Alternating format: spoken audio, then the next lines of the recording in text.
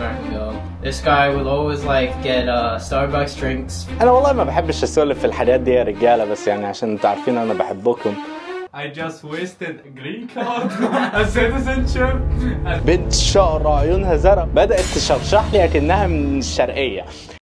طيب القصة بدأت في يوم عادي كنت بتمشى فيه في الستودنت سنتر، ده مبنى عندنا في الجامعة. مشى عادي وفجأة بصيت من بعيد لقيت بنت يا رجالة، بقول لكم بدون أي مبالغة البنت عاملة أكنها ملاك بدون جناحين. انتوا عارفيني، انتوا اللي بيشوف القناة عارفني، خرجت مع 700,000 بنت قبل كده يعني، بس دي كانت مستوى تاني. دي كانت عارفين سيدني سويني، عارفين سكارلت جوهانسون، كانت حاجة نفس كده، اللي هو بصيت من بعيد كده اللي هو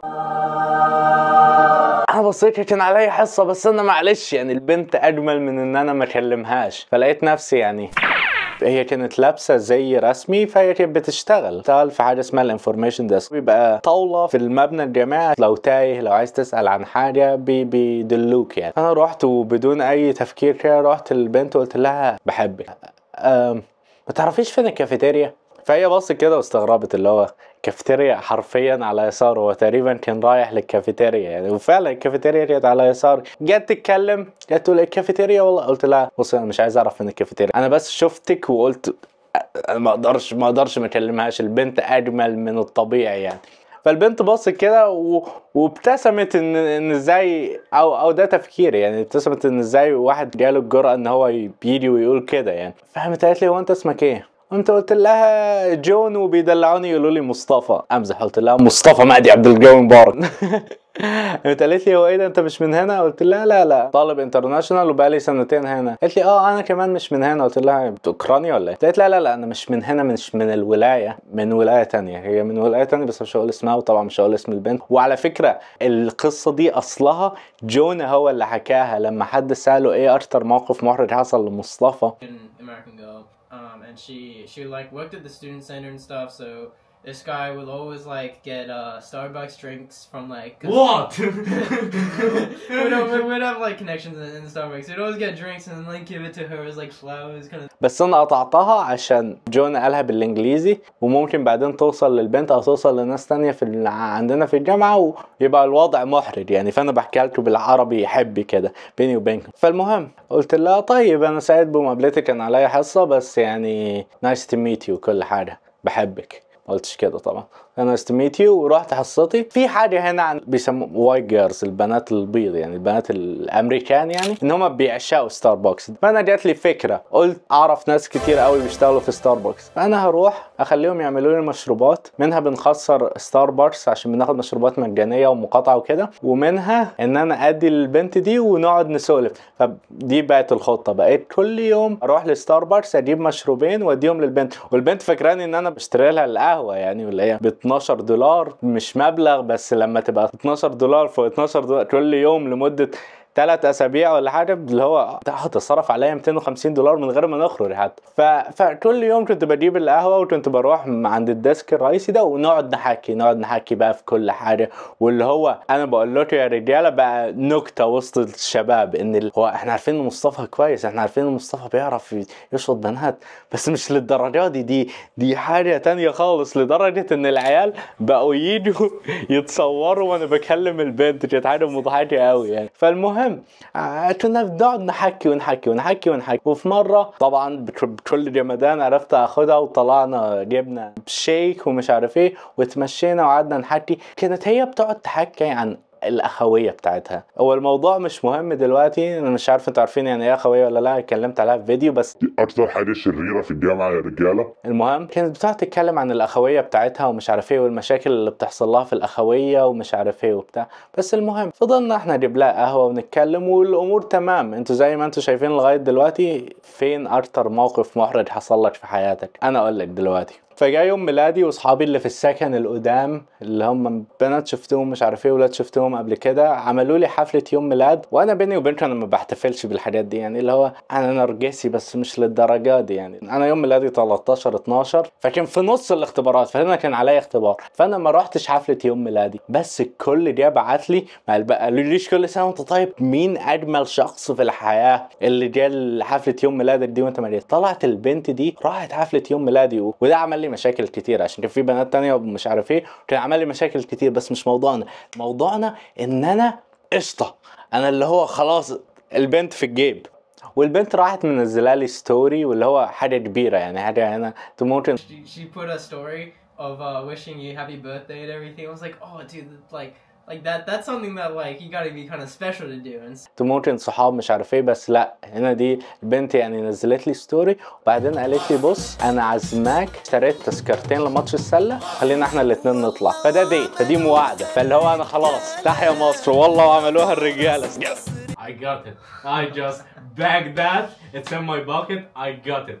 Move them to the next my calendar girl. خلاص كده انا بدات افكر هنسمي ولادنا ايه. انا بفكر في علي، ابراهيم، جونا، بسمي الاسامي دي فخمه. وبالمناسبه لو انت لغايه دلوقتي بتتفرج فانت مستمتع بالقصه، فاعمل لي اشتراك عشان كده تبقى تروح لاصحابك تقول لهم انا عامل اشتراك لمصطفى من وهو عنده 12,000. دي تبقى حاجه فخمه. او عادي يعني انت ممكن تيجي بعد شهر 5 يطلع لك فيديو مشهور وتلاقيني عندي 100,000 وبعدين تشترك، بس مش هتعرف تقول ان انت كنت معايا من واحنا عندنا 12,000. بس عادي يعني لسه بحبك. احنا الجامعه بتاعتنا دلوقتي الترتيب الرابع او السادس على الامريكا في كره السله، فعندنا حاجه بين الطلاب يعني لو بنت عزمتك على كره السله فقشطه. فانا البنت بتقول لي كده وانا حرفيا سامع اللي هو سلالتي مليون مصري مناخيرهم كبيره قاعدين يقولوا مصطفى اللي هو حرفيا خلاص حاسس ان الناس لا دي بالجنسيه الامريكيه، في اللي هو الموضوع في الجيب مش طبيعيه يعني. وان هو ان انا عارف اخرج معاها. هي اولا اكبر مني، انتوا عارفين يعني البنات ما بتخرجش مع اولاد اصغر منها. تاني حاجه ان انا مصري، واللي هو ايوه اختلاف الثقافه في العلاقات بيفرق يعني، ما بتبقوش فاهمين بعض قوي يعني هي تزعل من حاجه انا بقول ايه العبط ده اللي هو يعني نطخوكي. وغير كده ان انا مش امريكي، انتوا عارفين الامريكان لو حد نفس يعني البنت دي انا بقول لك تستاهل حد نفس كريس هيمزورث، اشقر ضخم مش عارف ايه يعني، وانا صاحبته الغلبان. انا قلت لها قشطه الماتش بعد اسبوعين مش عارف ايه، انا خلصت الديل دن. فايه اللي حصل؟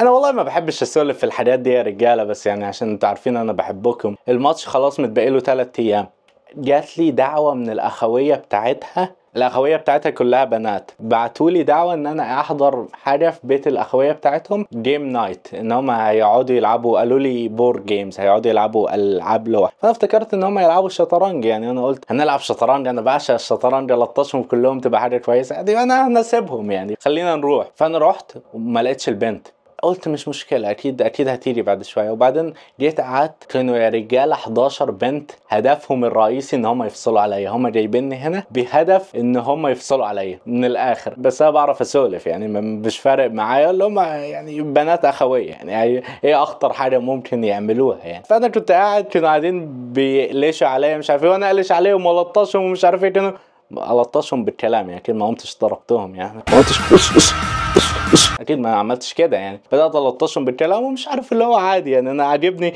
الموضوع مضحك ليا ان هم بيحاولوا يقلشوا عليا، اللي هم الفكره ان هنا في امريكا الناس من ساعه الكورونا هم ما بيعرفوش يتكلموا حرفيا، فالموضوع كان مضحك جدا.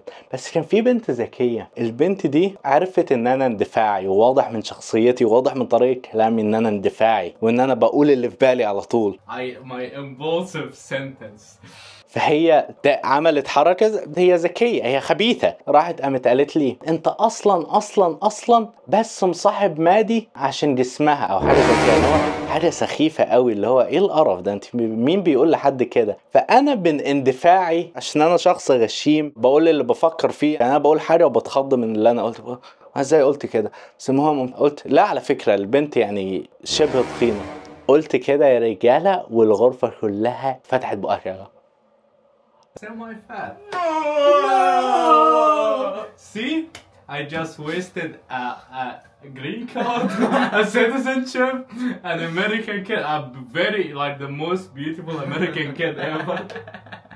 جابوا اللي هم كانوا عايزينه من السالفة دي. الأخويات دول بيبقوا حاقدين على بعض وبيبقوا أصدقاء مزيفين، بتبقى طائفة كده اللي هم حققوا اللي هم عايزينه.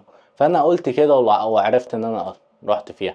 المهم بعت للبنت دي بالليل ما ردتش عليا، فبعدين رحت لها تاني يوم بالقهوة، قامت يا رجالة وهنا اكتر موقف محرج ليا، قامت راحت قالت لي انت عايز ايه؟ قلت لها ايه عادي، احنا عندنا الشعائر بتاعتنا ان احنا بنجيب قهوه بنقعد لا مش عايز اتكلم معاك، انت يعني انت فاكر نفسك مين كل شويه تيجي تتكلم معايا؟ واللي هو انا بقول لها اهدي إيه اللي مش عارف ايه، قالت لي لا انت رايح تخرج مع، قامت وفي نص الجامعه نص اشهر مبنى في الجامعه، راحت قامت وقفت قدامي وقالت يعني انت رايح تخرج مع كل صحابي، قالتها كده بصوت عالي والناس كلها من بعيد، يعني انت طالع تخرج مع كل البنات صحابي وتروح تقول عليا تخينه وجاي تكلمني؟ قلت لها بس انا يعني كنت انت عارفه اندفع، قالت لي ما تستهبلش، انت مش عارف ايه، انت ازاي تعمل كده؟ وقعدت تصرخ في نص الجامعه والناس اتلموا ومش عارف ايه، اللي هو بدات تشرشح لي اكنها من الشرقيه حرفيا، اللي هو كانت اغرب حاجه في الحياه، اللي هو بنت شقرة عيونها زرقاء مش عارف ايه بتشرشح اكنها من الشرقيه.